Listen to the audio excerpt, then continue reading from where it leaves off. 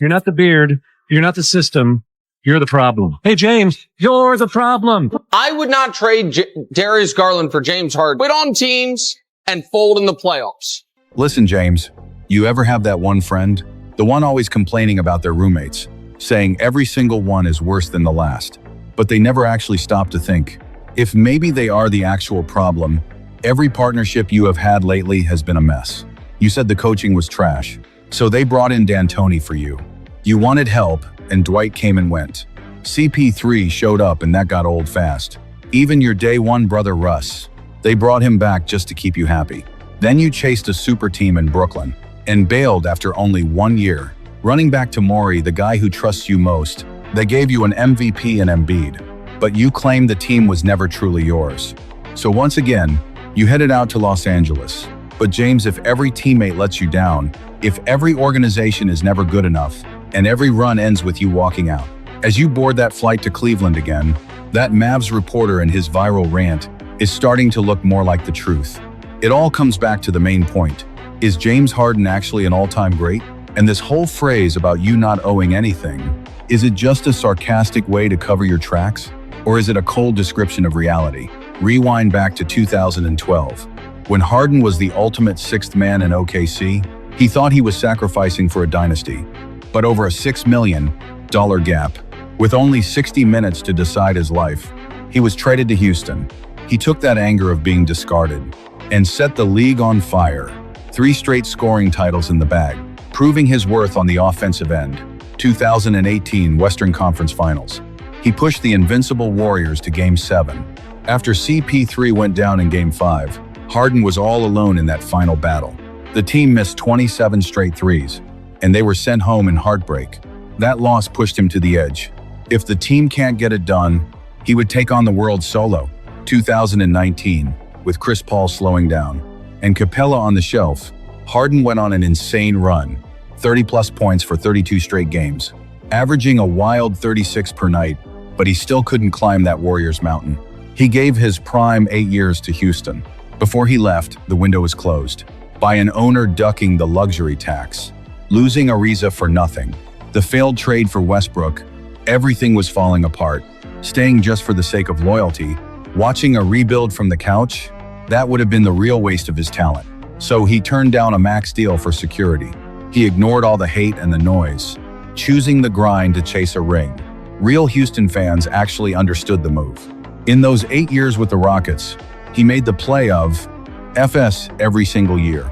2 trips to the WCF, MVP scoring and assist titles all secured, and leaving actually helped Houston rebuild faster.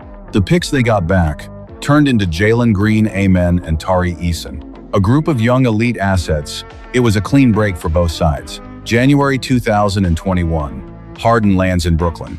To fit into the super team system, he became the primary floor general, averaging double-digit assists, keeping the whole engine running smooth. While Durant was out with injuries, he was stacking wins by himself. People only remember KD's Reaper mode and the flashes of Kyrie's handles, but they forget who kept them afloat. Harden was the regular season anchor, while Durant was sidelined often and Kyrie was missing time for personal stuff. Harden played 80 games total. In his short time in Brooklyn, his minutes and win rate as the lone star were the highest of the big three. He was the real leader on the court. Even without the official title, that heavy workload caught up. His hamstring finally gave out in the playoffs. Then Kyrie went down too. Harden still played on a bad leg, grinding 53 minutes in a huge game. After that night, the old explosive Harden was gone. When Durant was asked later why Harden couldn't wait another year, he ignored all the Kyrie drama. He forgot one thing. Harden was the only one without a ring. The next year, Harden wanted Kyrie back most, publicly calling for him to return, even when Kyrie could only play road games. Harden posted his support on social media, with the king emoji to welcome him. After Durant got injured again, he needed Kyrie to get the shot, to help carry the load full-time, but he was met with total silence and a nightmare 9-game losing streak. It was clear to everyone watching, Kyrie was the protected star in Brooklyn, allowed to be a part-timer while others struggled. Harden was just an outsider, giving everything while waiting for others to care. When the effort wasn't matched by the team, bailing was the only smart move. 2022 Harden joins the 76ers. He had a $47 million option, but Morey talked him into opting out, signing for $68 million over 2 years. He took a $15 million pay cut. Just to build a title roster, he sacrificed the money and his game, changing his style completely. From a scorer to the ultimate facilitator, leading the league in assists again. Under his leadership, Embiid and Maxey took off. One won the MVP and scoring title. The other broke through as a 20-point threat. The chemistry was looking good. 54 wins in the 3rd seed. They were legit contenders.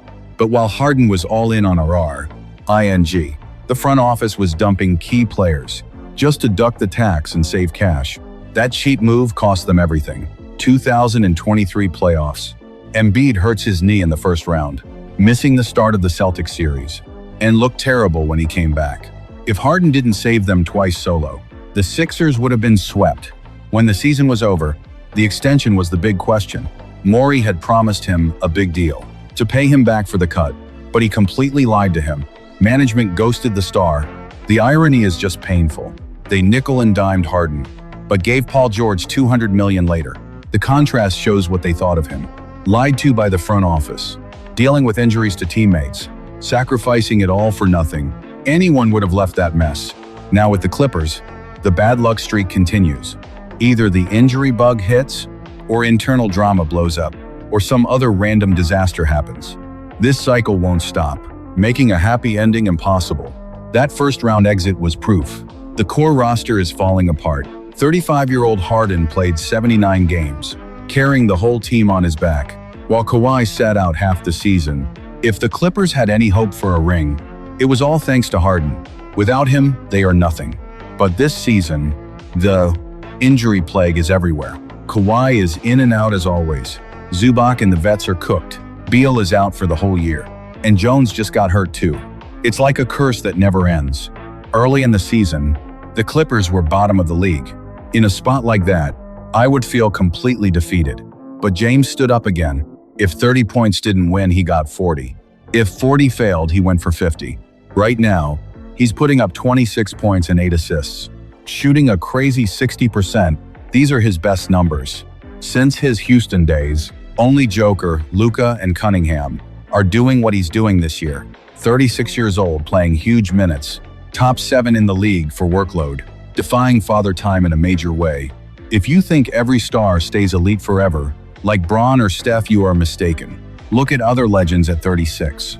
Wade was a 15-point guy, then retired. T-Mac was out of the league by 32. Even Paul George today at 30 making $50 million a year, is only giving you 15 points. 10 points less than Harden. People act like PG is just aging normally, and I get that. But Harden's stats at 36 are completely off the charts. The plan was Harden as the floor, and Kawhi as the ceiling. But if Harden has one bad night, they call him a choker immediately. While Kawhi can sit in street clothes forever, and one good game makes him a hero again. It shows that showing up every day is worth less than a few highlights. The Clippers aren't better than last year. Even if Kawhi stayed healthy, the ring hope is gone. Harden and Kawhi have different goals. Kawhi has his rings already. He just wants the max salary and to coast. Harden is still ringless and hungry. His current salary is only $39 million, ranked 34th in the league. Next year isn't even fully guaranteed. Why wouldn't he want security? He has leverage right now. If he waits until he's as old as CP3, that leverage is gone for good. You need the bag or the ring. What is wrong with wanting both? People call him disloyal for the trades, calling him a toxic teammate. But let's use an analogy. Imagine a person in toxic marriages. The first was a gambler. The second was in debt. The third was abusive. The fourth was a cheater. You can't blame them for leaving. They are just looking for happiness. He wanted to stay in one place like Steph. But it depends on who you are with. Sometimes fate is just against you, like you are stuck in a curse. That followed his whole career. Critics talk about his playoff drops, and he knows it better than anyone. That is why he keeps moving, trying to be a sidekick for a title, but life keeps playing games. No matter where he goes, he ends up carrying the whole load again. You say he chokes in the clutch, falling short at the end. But what about the guys who never even fought? The ones watching from the bench while he bled? Back to the first question. Is leaving really a bad thing? It's the opposite. It's the leverage of an elite talent. He can leave because he's the engine anywhere. He can move because he still wants to win. Harden isn't looking for comfort. He just won't fake loyalty to a dead end. Maybe there is no ring in the end, and no perfect ending in the books. But through this whole journey, he never lied to himself. If you only care about the jewelry, then he failed in your eyes. But a career is more than the finish line. The reason we respect him is not because he's at the peak. It's because after every hit, after every time fate let him down, he still chose to keep pushing. Missing segment from your text, added for flow. He never gave up on the dream. And that is the real greatness. Harden owes us nothing at all. He played the game his way. From the isolation in Houston to the elite playmaking today, he gave the league a new blueprint, one that others are still following. Critics will always bark, but the stats speak for themselves. An MVP and a first ballot lock, no matter how it ends in LA or where he goes next. James Harden is a legend of the game, so keep your narratives and your hate, because real hoop fans know the truth. The beard is one of one. If you define greatness by rings only, then you are missing the whole point. Evaluating a career is a marathon, not just the final few steps. We respect Harden for the journey, not for a trophy on a shelf.